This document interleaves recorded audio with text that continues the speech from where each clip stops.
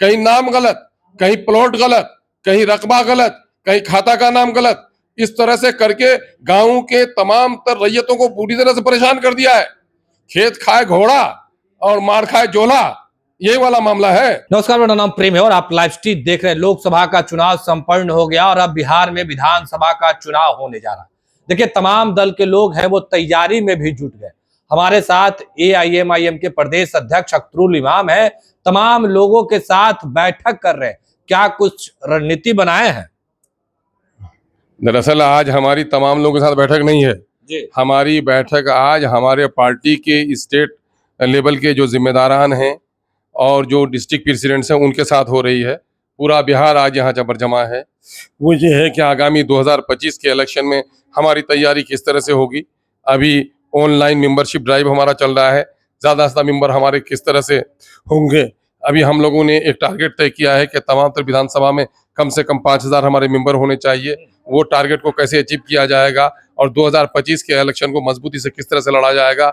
बिहार में जो धार्मिक उन्माद फैलाने वाली और जातियों में मतभेद पैदा करने वाली ये हुकूमत है, इनको कैसे उखाड़ कर फेंका जाएगा, इस पर पार्टी विचार विमर्श कर रही है। पार्टी विचार कर रही है।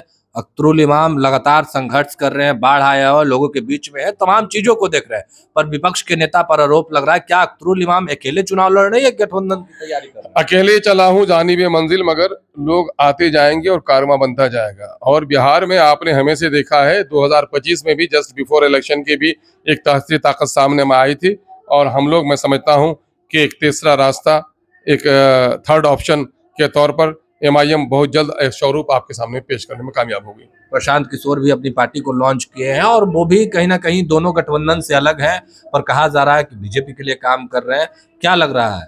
अब प्रशांत किशोर जी अभी नई पार्टी उसका लॉन्च हुआ है, उनकी कारकर्दगी देखिए तो उस पर कोई तबसरा किया जाएगा। उसके विधानसभा के चुनाव के पहले उपचुनाव है, उसको लेकर क्या कुछ? हमारी तैयारी चल रही है। हमने इमामगंज से और बेलागंज से लड़ने का फैसला किया है। 2 और जगहों पर जो चुनाव होने हैं उस पर भी पार्टी विचार विमर्श कर रही है। वहाँ कोई मजबूत कैंडिडेट और पार्टी के संगठन का जायजा लिया जा रहा है। पर बिहार में कई मुद्दे हैं, उन मुद्दों को विपक्ष के नेता उठा रहे हैं, जैसे स्मार्ट मीटर का मामला हो। लोग परेशान हैं, फिर भी सरकार के लोग हैं जो कह रहे हैं स्मार्ट मीटर लगेगा, इससे कई फायदे हैं। अच्छा, बड़े स्मार्ट पत्रकार हो आप, ईमानदारी से बोलो। ये बात विपक्ष के लोगों ने पहले उठाई ना, पहले MIM ने उठाई। सबसे पहले स्मार्ट मीटर की बात हो या सर्वे के जरिए से दंगा कराने और खाना जंगी कराने की बात हो, इस पर सबसे पहले आवाज किसी ने उठाई है तो AIMIM ने उठाई है। आज से 1 महीना पहले हमने बयान दिया था कि साहब ये स्मार्ट ठगी का काम है और ये डिक्टेटरशिप है। खाना खाने बैठे रात के 9 बजे आप लाइन काट देते हो, रात के 12 बजे लाइन काट देते हो। क्या गरीब जनता के हमेशा खाते में पैसा है? क्या गरीब मजदूर बेचारा ऑनलाइन पेमेंट जानता है? इस तरह ये काम मत करो। जानते हैं आपको कि इसकी वजह से बिजली विभाग को अपना फैसला बदलना पड़ा है। और बिहार में जो सर्वे का काम हो रहा है, खाना जंगी होगी। इस पर एक म्यूटेशन पर 20,000 25,000 लग रहा है और इसने इनकम्पिटेंट लोगों को ठेका दे दिया और उसने जो ऑनलाइन किया, तमाम तर कागजात को डिजिटलाइजेशन किया, उसने आकार दुर्गीकार हर्षिकार, कहीं नाम गलत, कहीं प्लॉट गलत, कहीं रकबा गलत, कहीं खाता का नाम गलत, इस तरह से करके गांव के तमाम तर रैयतों को पूरी तरह से परेशान कर दिया है। खेत खाए घोड़ा और मार खाए जोला, यही वाला मामला है। यहाँ पर खेत चढ़ गया है। इनके वो इनकम्पिटेंट जो ठेकेदार थे उन लोगों ने गलत तौर पर एंट्री करा दिया है। आज जाइए अंचल पदाधिकारी के यहाँ 1000 रुपये 2000 रुपये, कोई दिल्ली से, कोई पंजाब से, कोई मेरठ से, कोई मलियाना से आके अपना खाता दुरुस्त करा रहा है। एक म्यूटेशन पर 20 से 25,000 रुपये लग रहा है और डर के मारे वो देने के लिए मजबूर है कि साहब अगर अंचल स्तर पर हमारा म्यूटेशन कैंसिल हो गया तो DCLR के यहाँ जाना होगा। अब वहां बगैर वकील के नहीं होगा, तो वहां 50,000 रुपये खर्च हो रहा है। लुटवा रही है ये सरकार। हम लोग का मुतालबा है अभी भी कि जिस तरह से अंचल में पहले आप कराते थे म्यूटेशन, जिस तरह आपने अपनी तमाम तरह गलतियों की शुद्धि के लिए अभी परिमार्जन प्लस चलाया है, ठीक उसी तरह से आप म्यूटेशन प्लस भी चलाइए। और जो म्यूटेशन पिछले दिनों में अकारणवश कैंसिल हो गए हैं, रैयत को खबर नहीं हुई, ऑनलाइन मैसेजिंग आप कर रहे हैं, कोई प्रॉपर खबर नहीं दी, दर के वाला चाहिए। अरे तुम्हारी जिम्मेदारी थी, हमने जमीन खरीद लिया है, पिछले दिनों का हमारे पास म्यूटेशन किया हुआ है, उसको भी सही तौर पर एंट्री नहीं हुई है। ये तमाम तो धांधली को खत्म कराए और अंचल स्तर पर स्पेशल ड्राइव चलाकर वहां कैंप लगाकर लोगों के मामलात को खत्म करवाए। नीतीश कुमार जी ने अगर लोगों को रेवेन्यू के नाम पर डीसीएलआर के यहाँ वो म्यूटेशन के नाम पर लुटवाने का काम किया तो बिहार की जनता कभी माफ नहीं करेगी उनको। चुनाव में ये मुद्दे होंगे? यार मुद्दे आज जाके मुद्दे ही मुद्दे हैं। जाके ब्लॉक में जाके देख लिया कि आज डंडा लेके तैयार है रेवेन्यू डिपार्टमेंट के खिलाफ में। रेवेन्यू मिनिस्टर की भी जिम्मेदारी है कि नए नए मिनिस्टर बने हैं, वो पार्टी का झंडा लेके फिर रहे हैं, जमीन की सच्चाई से उनको कोई इल्म नहीं है। मेडिकल कॉलेज के चलाते हैं हमारे जायसवाल साहब, उनको हेल्थ मिनिस्टर तो बनाया जाना चाहिए था, लेकिन रेवेन्यू की मिनिस्ट्री के बारे में उनको सीखने और सिखाने की जरूरत है कि इस वक्त सही। तो अभी आपने सुना अख्तरुल इमाम क्या कुछ करे थे, वो तमाम बयानों को हमने सुनवाया। पर देखिए पार्टी कार्यालय में किस तरीके से बैठक चल रही है। हमारे साथ राणा रंजीत सिंह है, क्या कुछ कार्यक्रम है? देखिए सदस्यता अभियान और पूरे कार्यकर्ताओं को फिर से रिचार्ज करना, दोबारा से जो है सबके पदों को रीनोटिफाई किया गया है और एक तरीका सिखाया गया है कैसे आप जिला में जाकर के जिला कमेटी के बीच में बूथ लेवल तक की कमेटी के साथ बैठक करें। बैठक करके सबका जो है, क्योंकि मेंबरशिप प्रोग्राम भी चल रहा है, 25,000 लोग मेंबर हो गए हैं, अभी 1 महीना होने को अभी तो हुआ नहीं है। और हम लोगों ने टारगेट बनाया कि 12 दिसंबर तक हम लोग कम से कम 5 लाख मेंबर हम लोग बनाए।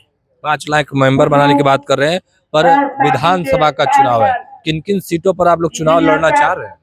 देखिए बाई इलेक्शन में 2 लगभग हम लोगों ने तय कर लिया है, इमामगंज और बेलागंज। रामगढ़ और तरारी को लेकर के वहाँ के संगठन से बातचीत हो रही है और बेहतर कैंडिडेट मिलेगा तो चारों सीटों पे लड़ेंगे। जो 2 सीट फाइनल के वहाँ से उम्मीदवार कौन? अभी चूंकि फाइनल नोटिफिकेशन अभी नहीं आया है, तो अभी हमारे सीनियर जो हमारे प्रदेश अध्यक्ष है वो उसको फाइनल करेंगे। हमारी कमेटी ओवैसी साहब जो हमारे राष्ट्रीय अध्यक्ष है उनसे मशवरा करके फाइनल करेंगे। लड़ाई इंडिया गठबंधन और एनडीए गठबंधन से है, कैसे सामना कीजिएगा? देखिए आपको बाई इलेक्शन में पता लगेगा। आपने देखा हरियाणा के इलेक्शन में क्या हुआ।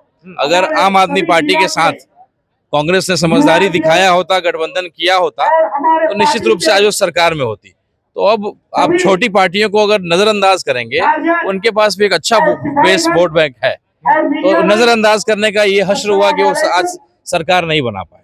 तो जो यहाँ की भी जो बड़ी पार्टियां हैं वो भी इस पर चिंतन कर रही हैं। ऐसी बड़ी पार्टियां, चूंकि विधानसभा में 2,000-3,000 हरियाणा के इलेक्शन में 32 वोट से केवल हार जीत का फैसला हुआ है, तो निश्चित रूप से छोटी पार्टियां जो मजबूत है उनको अगर नजरअंदाज करिएगा तो फिर आप बड़ा खामियाजा आपको भुगतना पड़ेगा। खामियाजा भुगतने की बात कर रहे हैं, पर आपके प्रदेश अध्यक्ष कर रहे हैं कि गठबंधन करेंगे हम लोग, किनके साथ कीजिएगा गठबंधन? देखिए जो सेकुलर मिजाज की पार्टियां हैं, जो लाइक माइंडेड पार्टियां हैं, अब देखिए आरजेडी जो है वक्फ बोर्ड पे नहीं बोल सकती है, उसको बैलेंस बनाना है। तो ऐसी परिस्थिति में अगर ऐसी संभावनाएं बनती है तो उस परिस्थिति में आप नहीं लड़ सकते हैं, तो गठबंधन में हम आपके गठबंधन के रूप में लड़ सकते हैं। वक्फ बोर्ड की, मुसलमानों की लड़ाई, दलित की लड़ाई जो आप नहीं बोल पाते हम बोलेंगे। तो किनके साथ कीजिएगा? सेकुलर मिजाज की पार्टियों के साथ कर सकते हैं, लेकिन हम फैसला कैसे करेंगे? हम लोग तो छोटी पार्टियां हैं, संघर्ष कर रहे हैं। 5 विधायक थे, इस बार टारगेट है कि कम से कम 25 विधायक हम लोग जीत करके सदन में आए। तो बड़ी पार्टी 25 में 25 विधायक नहीं, हम लोग लगभग जो है 50 से अधिक सीटों पे मजबूती से लड़ेंगे। और गठबंधन अगर होता है कुछ पार्टियों के साथ, कई ऐसे है दलित समाज की पार्टियां हैं और भी कई पार्टियां हैं। चंद्रशेखर रावत जी के साथ यूपी में गठबंधन हुआ है हमारी पार्टी का, संभवतः बिहार में भी बाई इलेक्शन में हो जाए। तो ये अभी हमारे बड़े जो पदाधिकारी हैं पार्टी के वो निर्णय लेंगे। चलिए क्या कुछ करे थे, हमने आपको तमाम बयानों को सुनाया, और जो एएमआईएम के प्रदेश अध्यक्ष अख्तरुल इमाम है वो क्या कुछ कहते हैं, हमने तमाम बयानों को सुना है। फिलहाल के लिए कहीं बने रहे। धन्यवाद।